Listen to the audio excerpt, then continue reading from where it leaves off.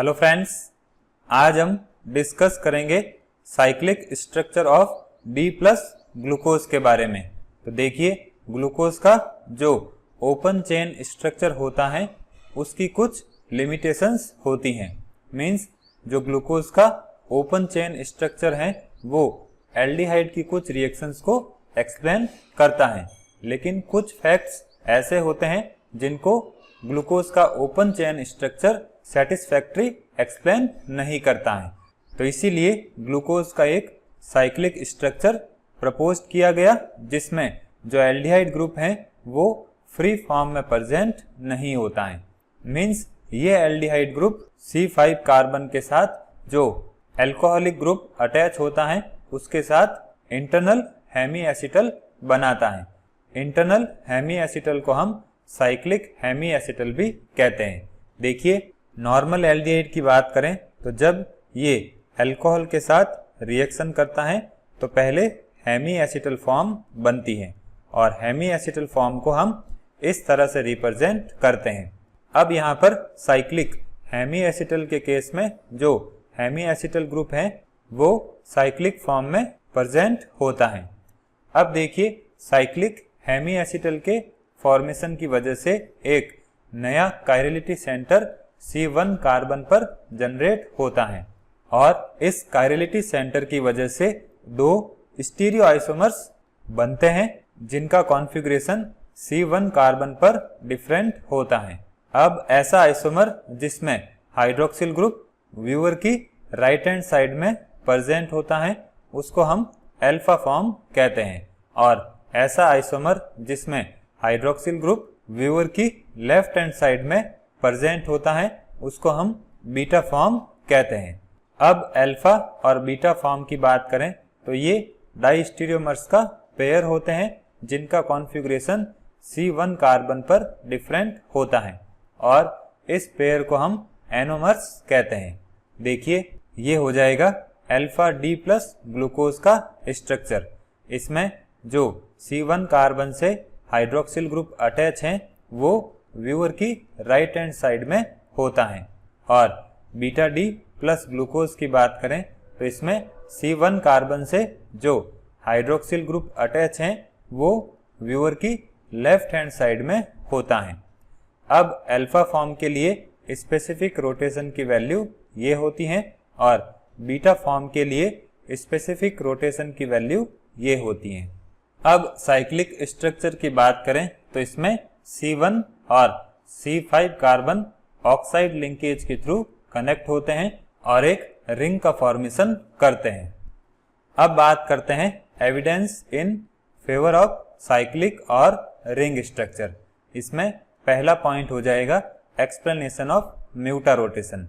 देखिए, ग्लूकोज के open chain structure की बात करें तो वो म्यूटा रोटेशन के फिनोमिना को एक्सप्लेन नहीं कर सका, लेकिन अगर हम ग्लूकोज के साइक्लिक स्ट्रक्चर की बात करें तो उसके बेसिस पर हम म्यूटा रोटेशन को एक्सप्लेन कर सकते हैं। अब देखिए, ग्लूकोज हेमी एसिटल के जो अल्फा और बीटा एनोमर्स होते हैं वो वाटर से रेडिली हाइड्रोलाइज्ड हो जाते हैं और ग्लूकोज के ओपन चेन फॉर्म में कन्वर्ट हो जाते हैं जिसमें कि एल्डिहाइड ग्रुप फ्री फॉर्म में प्रेजेंट होता है। इसलिए एनोमर्स का जो एक्वस सॉल्यूशन है वो ओपन चेन फॉर्म के थ्रू इक्विलिब्रियम मिक्सचर में कन्वर्ट हो जाता है, और इस इक्विलिब्रियम मिक्सचर की बात करें तो इसमें दोनों एनोमर्स और ओपन चेन फॉर्म का स्मॉल अमाउंट प्रेजेंट होता है। अब इस इक्विलिब्रियम मिक्सचर में 36% अल्फा और 64% बीटा एनोमर प्रेजेंट होता है, और इस इक्विलिब्रियम मिक्सचर के स्पेसिफिक रोटेशन की बात करें तो वो +52 डिग्री होता है। अब देखिए, इस इक्विलिब्रियम मिक्सचर में एनोमर्स के साथ ओपन चेन फॉर्म का भी स्मॉल अमाउंट प्रेजेंट होता है। अब ये open chain form hemiacetal ring की ओपनिंग की वजह से बनती हैं और इसी हेमी एसिटल रिंग के ओपनिंग और क्लोजर की वजह से म्यूटा रोटेशन का फिनोमिना होता है। देखिए, ये हो गया अल्फा डी ग्लूकोज। जब इसका एक्वस सॉल्यूशन बनाया जाता है तो ये ओपन चेन डी ग्लूकोज में कन्वर्ट हो जाएगा और इसका स्पेसिफिक रोटेशन +112 डिग्री से +52 डिग्री हो जाएगा। इसी तरह से बीटा डी ग्लूकोज का जो एक्वस सॉल्यूशन है वो भी open chain D plus glucose में कन्वर्ट हो जाएगा और इसका जो एक्वस सॉल्यूशन है वो अगर कुछ देर रखा जाता है तो उसका स्पेसिफिक रोटेशन राइज होकर +19 डिग्री से +52 डिग्री में कन्वर्ट हो जाता है। तो इस तरह से जो इन तीनों का इक्विलिब्रियम मिक्सचर बनता है उसी को हम म्यूटा रोटेशन कहते हैं। तो म्यूटा रोटेशन का जो फिनोमिना है तो उसको हम ग्लूकोज के साइक्लिक स्ट्रक्चर के बेसिस पर एक्सप्लेन कर सकते हैं। अब बात करते हैं एल्डिहाइड की कुछ टिपिकल रिएक्शंस की। तो देखिए डी प्लस ग्लूकोज के एल्डिहाइडिक ग्रुप की कुछ रिएक्शंस जैसे formation of cyanohydrin, formation of oxime, formation of osazone और फेलिंग और टॉलेंस रिएजेंट के रिडक्शन को हम ग्लूकोज के open chain free aldehyde form के स्मॉल अमाउंट के बेसिस पर एक्सप्लेन कर सकते हैं और ओपन चेन फॉर्म का ये स्मॉल अमाउंट इक्विलिब्रियम मिक्सचर में 2 एनोमर्स के साथ प्रेजेंट होता है। अब ओपन चेन फॉर्म की बात करें तो जब ये किसी पर्टिकुलर रिएजेंट के साथ रिएक्ट करता है तो इसका कंजप्शन होता है और जो इनिशियल इक्विलिब्रियम होता है वो डिस्टर्ब हो जाता है। अब इस इक्विलिब्रियम को रीस्टोर करने के लिए ओपन चेन फॉर्म का कुछ और अमाउंट प्रोड्यूस किया जाता है और इस तरह से ओपन चेन फॉर्म प्रोड्यूस होती रहती हैं और ओपन चेन का जो एल्डिहाइड ग्रुप है वो डिफरेंट रिएक्शंस शो करता रहता है।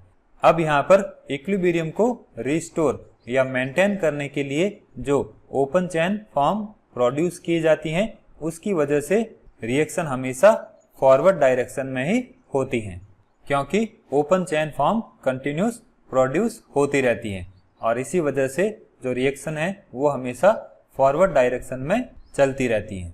अब देखिए इनिशियल इक्विलिब्रियम मिक्सचर की बात करें तो उसमें ओपन चेन फॉर्म की कंसंट्रेशन बहुत कम होती है। इस वजह से कुछ रिवर्सिबल एल्डिहाइडिक रिएक्शन इनिशिएट नहीं हो पाती है जैसे बाइसल्फाइड एडिशन हो गया या सेफ रिएक्शन हो गई। इसी वजह से ग्लूकोज इन रिएक्शंस को शो नहीं करता है। अब ग्लूकोज बाइसल्फाइड एडिशन और सेफ रिएक्शन शो क्यों नहीं करता है तो इसको हम ओपन चेन स्ट्रक्चर के बेसिस पर एक्सप्लेन नहीं कर सकते, लेकिन इनको हम साइक्लिक स्ट्रक्चर के बेसिस पर एक्सप्लेन कर सकते हैं। अब बात करते हैं फॉर्मेशन ऑफ ग्लूकोसाइड की। तो देखिए इक्विलिब्रियम मिक्सचर में जो अल्फा और बीटा ग्लूकोज प्रेजेंट होते हैं वो मिथेनॉल और ड्राई HCl के साथ रिएक्शन करके करस्पॉन्डिंग मिथाइल डी ग्लूकोसाइड का फॉर्मेशन करते हैं। अब अल्फा ग्लूकोज की बात करें तो वो मिथाइल अल्फा डी ग्लूकोसाइड का फॉर्मेशन करेगा और बीटा ग्लूकोज की बात करें तो वो मिथाइल बीटा डी ग्लूकोसाइड का फॉर्मेशन करेगा। अब इन ग्लूकोसाइड्स की बात करें तो ये फुल एसिटल की तरह बिहेव करते हैं।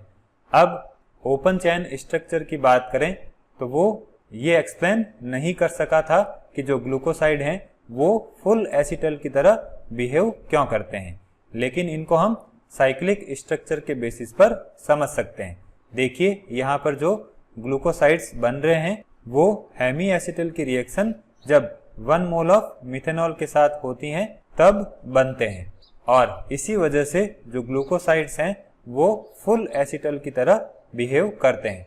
अब ये एसिटल की तरह बिहेव करते हैं तो जब इनका एसिडिक सॉल्यूशन में हाइड्रोलाइसिस किया जाता है तो ये ग्लूकोज और मेथनॉल में वापस कन्वर्ट हो जाते हैं।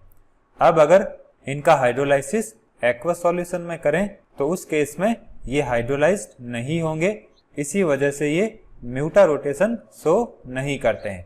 और अगर इनकी रिएक्शन फेलिंग सॉल्यूशन और टॉलेंस रिएजेंट के साथ करवाते हैं तो ये इन रिएजेंट्स को रिड्यूस नहीं करता है, क्योंकि इन रिएजेंट्स में जो एल्कली प्रेजेंट होता है उसकी प्रेजेंस में इन एसिटल्स का हाइड्रोलाइसिस नहीं हो पाता है। इसी वजह से जो एसिटल्स हैं वो इन रिएजेंट्स को रिड्यूस नहीं कर पाते हैं। अब बात करते हैं फॉर्मेशन ऑफ 2 पेंटा एसीटेट। तो देखिए, जब ग्लूकोज पेंटा एसीटेट की रिएक्शन हाइड्रोक्सिल अमाइन के साथ करवाते हैं तो ऑक्सिम का फॉर्मेशन नहीं होता है।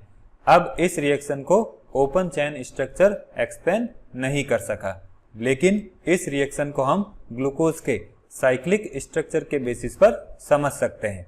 तो देखिए, मिथाइल ग्लूकोसाइड की तरह जो ग्लूकोज पेंटा एसीटेट होता है वो भी 2 एनोमेरिक फॉर्म्स में प्रेजेंट होता है और इन एनोमेरिक फॉर्म्स के पास कोई भी फ्री हाइड्रोक्सिल ग्रुप प्रेजेंट नहीं होता है और इस वजह से इनका एक्वस सॉल्यूशन में हाइड्रोलाइसिस नहीं होगा और ये ओपन चेन एल्डिहाइडिक फॉर्म में कन्वर्ट नहीं होंगे। तो इसी वजह से जो ग्लूकोज पेंटा एसीटेट हैं वो जब हाइड्रोक्सिल अमाइन के साथ रिएक्शन करते हैं तो ऑक्सिम का फॉर्मेशन नहीं होता है। ये हो जाएगा अल्फा डी प्लस ग्लूकोज पेंटा एसीटेट का स्ट्रक्चर और ये हो जाएगा बीटा डी प्लस ग्लूकोज पेंटा एसीटेट का स्ट्रक्चर। इन दोनों स्ट्रक्चर्स में एल्डिहाइड ग्रुप एब्सेंट होता है, इसलिए ये हाइड्रोक्सिल अमाइन के साथ रिएक्शन करके ऑक्सिम का फॉर्मेशन नहीं करते हैं।